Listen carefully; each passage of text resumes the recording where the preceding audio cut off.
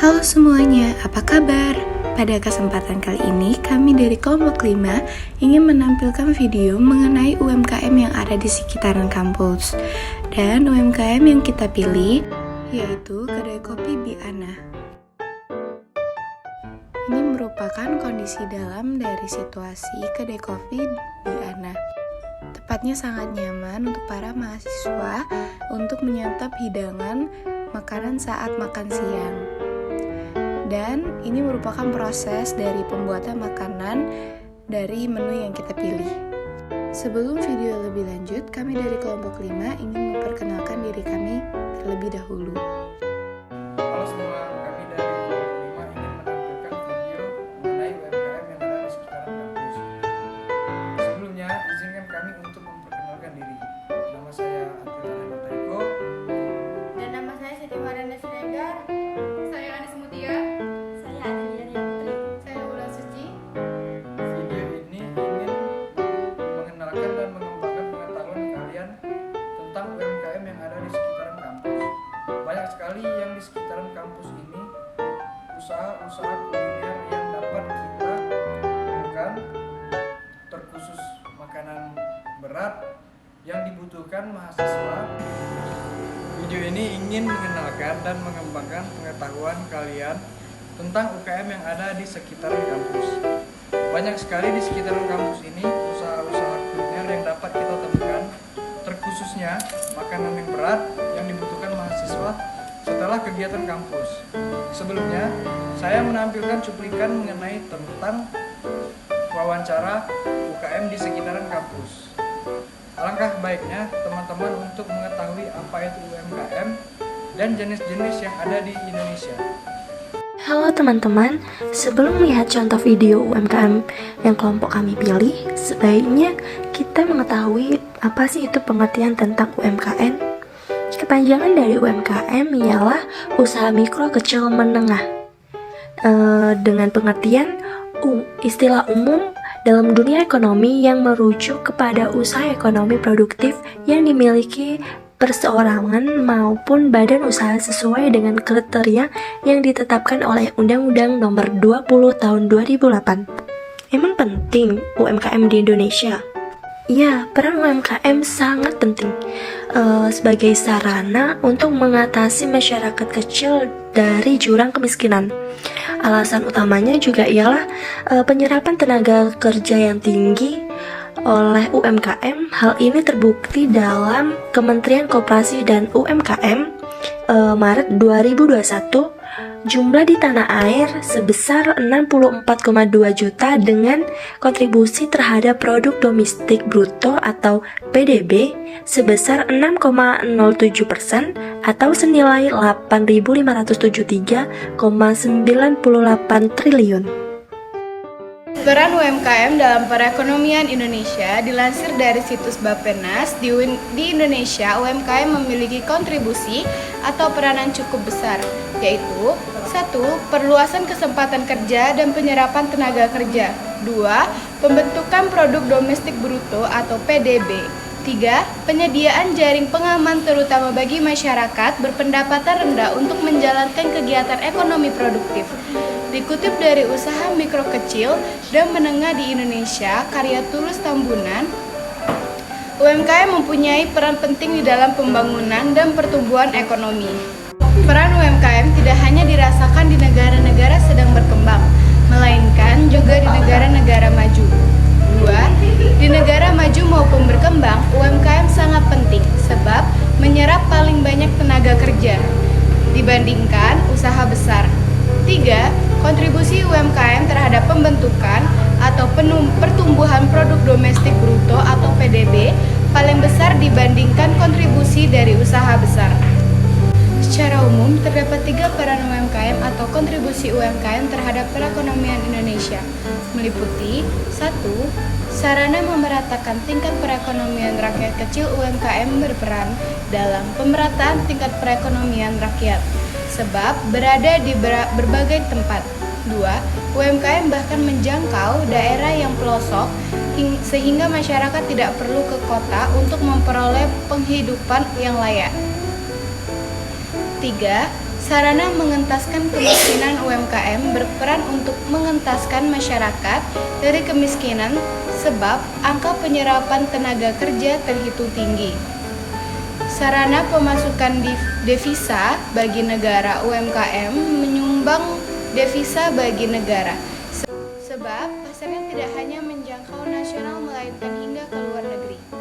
Berdasarkan sensus ekonomi 2016, terdapat 3 bidang usaha mikro kecil atau UMKM non-pertanian yang usahanya menempati urutan teratas dalam perekonomian nasional, yaitu perdagangan besar dan eceran. Usaha di bidang perdagangan besar dan eceran adalah penjualan barang tanpa proses mengubah bentuk produk yang diperdagangkan, kecuali penyortiran atau pengemasan ulang. Biasanya, pedagang membeli dalam skala besar untuk dijual lagi secara eceran. Penyediaan akomodasi dan penyediaan makan dan minum. Usaha akomodasi dan penyediaan makan dan minum meliputi restoran, rumah makan, kafe, catering, dan yang serupa. Jenis-jenis UMKM. Pertama, jenis UMKM kuliner. Jenis usaha UMKM yang paling populer di Indonesia adalah bidang kuliner. Jenis usaha UMKM kuliner yang dapat dipilih pun beragam, mulai dari makanan tradisional hingga makanan modern, bisa dalam bentuk camilan ataupun makanan berat. Kedua, UMKM pendidikan. Pengusaha UMKM yang memiliki latar belakang pendidikan dan keterampilan lainnya dapat menjadikan ini sebagai peluang untuk membuka sebuah usaha. Beberapa contoh UMKM pendidikan adalah kursus bahasa asing, pelatihan pajak, dan olahraga. Ketiga, jenis usaha fashion. Selain di bidang kuliner, jenis usaha di bidang fashion atau pakaian juga sangat populer di Indonesia. Keempat, UMKM pertanian. Indonesia dikenal sebagai negara agraris dengan lahan pertanian yang luas dan subur.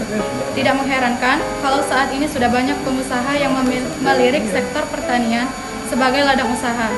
Salah satu contohnya adalah pertanian modern yang tidak memerlukan tanah sebagai media tanam, seperti hidroponik. Yang kelima, usaha UMKM otomotif. Seiring dengan kemajuan pembangunan, perkembangan dunia otomotif di Indonesia juga sangat berkembang pesat. Hal ini terlihat dari banyaknya jumlah sepeda motor dan mobil yang selalu meningkat setiap tahunnya. Beberapa contoh usaha UMKM otomotif adalah bengkel spare part, jasa cuci mobil dan motor, serta jasa perbaikan kendaraan. Strategi pengembangan UMKM yang efektif dilakukan. Lalu, bagaimanakah strategi pengembangan UMKM yang efektif diterapkan oleh orang-orang yang sedang dalam proses pengembangan? Ini strategi tersebut. Yang pertama, menentukan harga sesuai dengan kualitas yang maksimal selain modal. Jangan lupa pula untuk menyiapkan biaya operasional yang dibutuhkan. Apa perbedaan di antara keduanya? Modal pertama dapat diartikan sebagai kumpulan uang atau bahkan barang yang nantinya akan digunakan sebagai dasar untuk melakukan suatu pekerjaan. Sementara itu, biaya operasional adalah biaya yang harus dikeluarkan untuk menjalankan aktivitas sehari-hari perusahaan. Biaya operasional akan mencakup bahan produksi, bahan baku, dan gaji karyawan. Nomor 2, memilih jenis produk yang tepat. Strategi pengembangan UMKM berikut yakni memilih produk tepat yang tentunya harus kreatif, inovatif, bermanfaat bagi penggunanya, dan pastinya menarik. Pertimbangan hal ini secara matang, terutama bila ada memang sedang merancang strategi untuk mengembangkan UMKM. Lakukanlah searching secara berkala, baik melalui cara googling atau survei sekalipun. Ketiga, pilihlah sumber daya manusia yang terbaik jika Anda merasa butuh seseorang karyawan dalam membantu Anda ketika menjalankan UMKM. Maka, pilihlah seseorang yang punya pandangan ataupun pengetahuan terkait bisnis yang sedang Anda jalani. Jadi, jangan ragu pula dalam melakukan seleksi maupun rekrutmen, supaya bisnis dapat melejit pesat dan menghasilkan keuntungan. Karena inilah salah satu strategi pengembangan UMKM yang maksimal. Selanjutnya yang keempat yaitu lakukan sistem promosi. Pada zaman modern ini, media sosial bisa sangat berperan aktif dalam mengenalkan ataupun menyebarkan informasi mengenai UMKM yang sedang Anda jalani. Dan tak hanya soal promosi saja, Namun, jual beli online juga bisa Anda lakukan melalui media sosial untuk membantu pemasukan bisnis Anda. Makanya, media sosial bisa Anda gunakan untuk menarik konsumen dari rumah bagi pengusaha pemula. Dan manfaatkanlah adanya sosial media secara maksimal, mulai dari dengan menulis alamat bisnis Anda, barang yang Anda jual, serta lakukan promosi yang maksimal. Itu adalah kunci strategi pengembangan UMKM supaya bisnis Anda meluas. Selanjutnya yaitu yang kelima, memilih di mana lokasi paling strategis setelah semua hal di atas beres. Berikut merupakan hasil wawancara kami bersama dengan kedai kopi Biana. Assalamualaikum warahmatullahi wabarakatuh. Sebelumnya perkenalkan nama saya. Sekarang saya akan sedikit mewawancarai Ibu Ana. Oke, Ibu Ana, sebelumnya saya ingin bertanya mengenai sejak kamu baru ini sendiri kan? Baru bikin sini dari sekitar 2 bulan.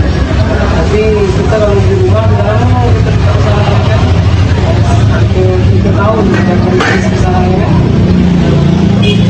Di rumah kan, ini benar-benar kita bisa semua kios kan, jadi jualan di pinggir jalan.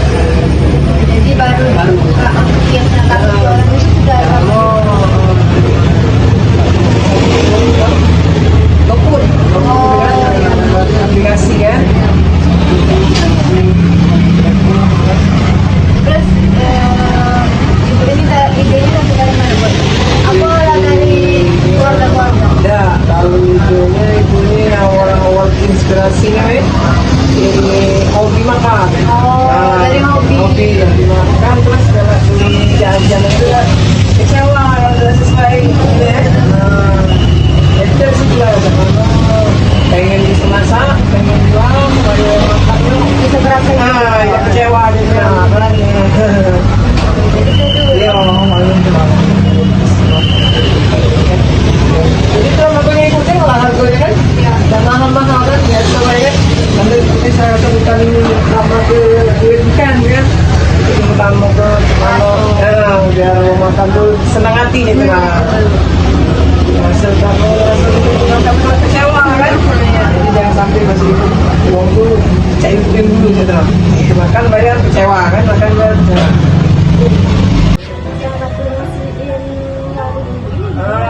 Ibu promosinya ya benar promosinya ya Facebook kan canggih kan IG yang seringnya Facebook terus Shopee juga kan waktu itu kan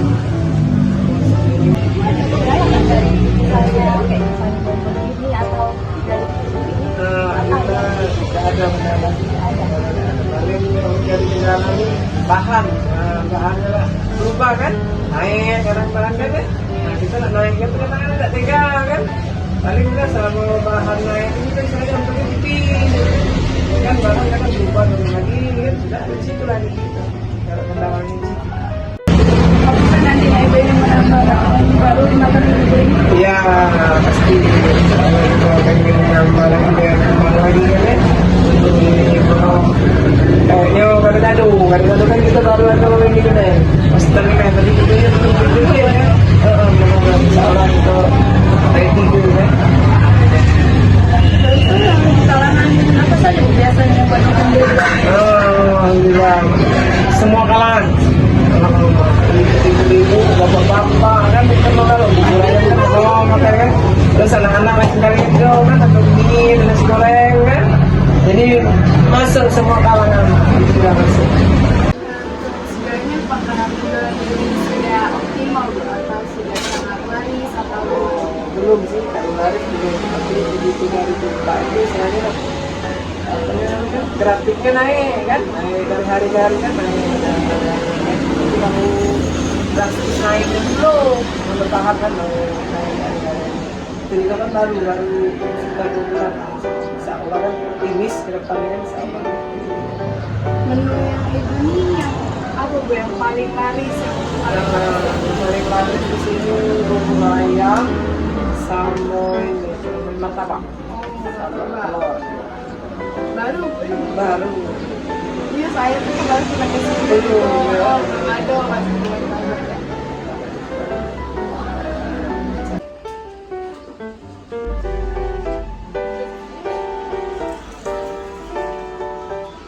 Sekian video dari kami ucapkan Terima kasih.